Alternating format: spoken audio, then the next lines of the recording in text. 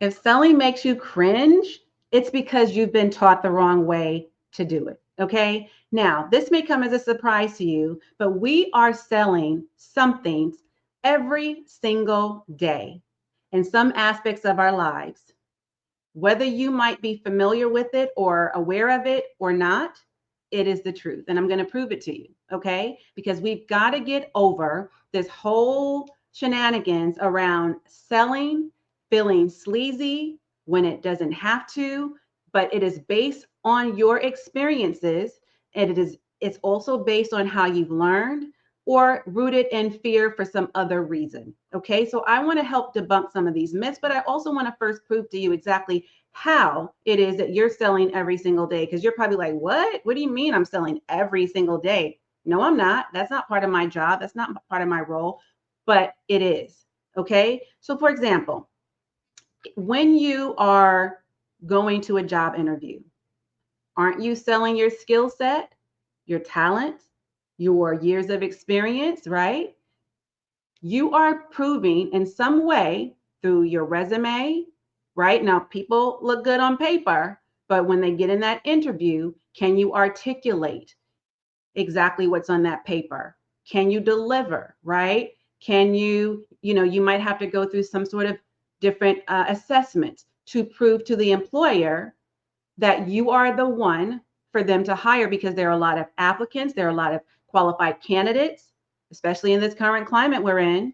So you have to go above and beyond to impress them and to impress upon them that you are the chosen one. You are the one to be chosen for this particular position, right? So you are selling that employer during your interview on those very things, your abilities, all the things. Next, you're also selling in your relationships, be it a love relationship, if you have a love interest, right?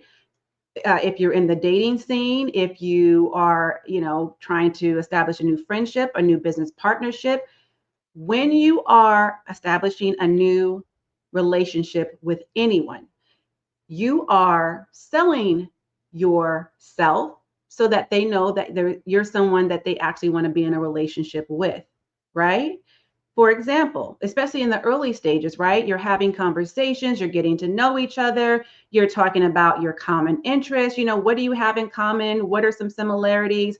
What are some things that you might not agree on?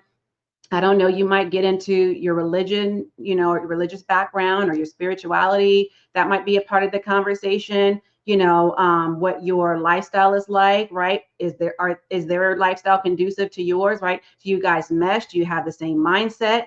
Like sometimes when you're just meeting somebody, it may at first seem like a dream date, right? Or it may first seem like this is going to be a great friendship or perfect business partnership. But then you start to talk to these people and the truth starts to unravel or unfold, right? And then they reveal themselves to you, or maybe not in the first date or the first time that you meet them, but over time you start to see some things, right, during that process, and you realize, okay, they're not the ones for me, or they're the perfect one for me. How do you know that?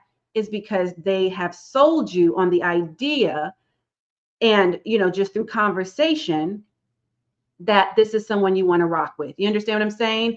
You are selling your friends or your colleagues or coworkers, depending on the environment you're in, or acquaintances or associates, on what might be, a good something for them to introduce in their business, or something that might be, maybe you want to tell somebody about a restaurant that you really enjoyed, or a movie that you watched, and you got to go see this movie. I'm telling you, girl, let me tell you, I don't want to give it away, but right, or oh, that food was chef's kiss, right? Like it was the bomb.com. If I'm going to go back. I mean, I want to try everything on the menu. You're going to say things to sell that individual, to persuade them or influence them in some way, which is essentially selling, to go to that restaurant or go check out that movie or whatever it might be, right? If you really enjoy a job and you want to refer somebody and you're like, oh my God, I never thought I would find a dream job like this, but this is an ideal role, girl, I have got to get you on. Let me put you on game, or a business or whatever. You're selling every single day. When you are a leader in business or in the, corporate arena, in that environment, either environment, you're selling your team, right, on the mission, the vision, the value of the company. And so you want your employees to buy into those things. So you're selling them through your leadership. Do you understand what I'm saying? So I just ran down a bunch of, just a few different ideas that came to mind, that because I need you to understand that you're selling all of the time. So I am willing to bet that in none of those scenarios did you feel like you were being a sleazy salesperson, right? So, and I'm just trying to think of other examples because there are so many. I think you get the point, but oh, I know it came to mind when you're going out for, to get capital for your business, right? You're selling to the grantors and the lenders because they need to understand why they're giving you the money and why you're trustworthy and why, who it is you're serving, and you're speaking the right language, and you have to persuade them, convince them, right? Sell them on the idea as to why you should get the money, the funds, right? Why are you deserving? It's a very competitive place to be. All of these things, in fact, for the most part, are competitive, right? It's a competitive role that you're up against, maybe in the workforce. If you're going after a job, or if you're going for a particular position or promotion, right? So it's competitive, and so there are other candidates who are well qualified as well. So you're selling yourself that you are the best one, the best fit, right? The best match, the most qualified. And same is true in these other scenarios. If you are, and so you should be selling yourself, your solutions to your customers, right? What is it? Who are your ideal clients? To whom you are called to serve? In which ways do you support them? And what are the results that they're going to get, or what is the outcome or the transformation they're going to get as a result of working with you? You are always selling something. Do you see? So I just wanted to kind of like give you a well-rounded view of how you're selling in these different aspects of your life. We do it unintentionally, right? For the most part, because it comes easily and natural for us. That is how sales should feel. Okay. So now, having said that, I am specifically talking to you, the one who you are a heart-centered entrepreneur, and you hate the feeling of being pushy and salesy, right? Or sleazy, like I said, or cheesy for that matter, right? Those are all of the terms I always hear. But you still want to get paid. And you know what, girl? You still got to get paid, because after all, you're in business, right? And at the end of the day, you got to get paid. Okay. So before we go any further in this conversation, let me go ahead and introduce myself, by the way. Whether you're new to me or true to me, welcome or welcome back. I appreciate you being here. Thanks for tuning in. Katrina Marie here, also known as the Boss Chick Biz Coach and your fearless leader. I am a holistic business coach and an RN health and wellness educator, also a freedom strategist, helping women who are successful corporate career women and high achieving women entrepreneurs. I am teaching you how to build an aligned and profitable online brand and business without sacrificing your soul and sanity or compromising your health and happiness. Okay. So let's go ahead and get back to the conversation at hand. And I want you to know this. I want you to lead. When we talk about sales, I want you to lead with listening. Okay? Lead with listening. When you don't know where else to go, don't lead with a pitch. Lead with listening attentively, because that's what sales really on a deeper level is doing more listening. That's why you have two ears and one mouth, because you're going to listen more than you talk. Listen more than you speak. Like, zip it up, ask the questions, and then listen. Okay? Lead with that. So when you are on, say, for example, a sales call, but we use different terms like discovery call sessions, clarity calls, right? You want to ask discovery-based questions that show you care. And so, for example, when I am on a discovery call or a clarity call, I'm inviting women to have a conversation with me. Okay. I exclusively work with and cater to and serve and support women, in case you didn't know. Okay. Or as I just introduced myself, now you do know. So I'm genuinely warming up, you know, to them and having them warm up to me by having a sincere conversation and showing my care and concern. So, a really big tip for you to hold on to and remember the next time you are on a call of some type, Zoom call, phone call, videos, by the way, are more effective for sales because people get to sense you, feel you, see your body language, right? If you're closed off, they can hear your smile or see your smile, right? And they should feel and hear your smile over the phone as well. But video is always the best for energetic connection. And just another side note and a big bonus tip for you, okay? So, but have a heart-to-heart conversation, okay, with this individual. And think of them as someone you're just taking out for a coffee or a tea or whatever your favorite beverage is, a cocktail, whatever, okay? Ask real questions. Act like this is somebody not just act like, but you can put yourself in a position as though maybe you're a good friend, right? You're somebody that they're coming to you to share something in confidence. How would you talk to this individual that you care about? If it's a family member, if it's a friend or associate and acquaintance, right? Or whomever. You fill in the blank with a title. But ask them questions like, tell me, what's keeping you up at night? How does this make you feel? How does this being in this situation affect you and your family? Like what dynamics has changed in your relationship or your household, right? How is this impacting your health? That's the kinds of questions you should be asking, or whatever it is that pertains to whatever it is you do. I'm just obviously giving you some examples, right? And then also ask questions like, why are you seeking help now? And why me? Right? Why did you think I was the best one to help you in this time? And so have that conversation. Also use your story as a bridge, okay? Not the bait.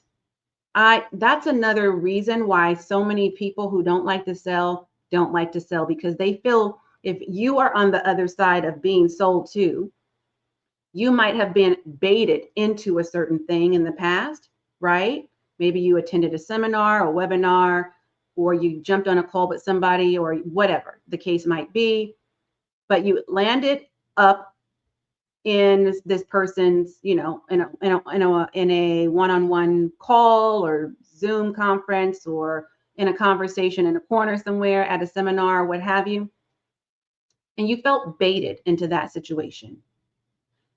But because you know how that feels, then you just would not follow the same plan, right? Or the same process. You would do it differently because you don't want to come off as that way.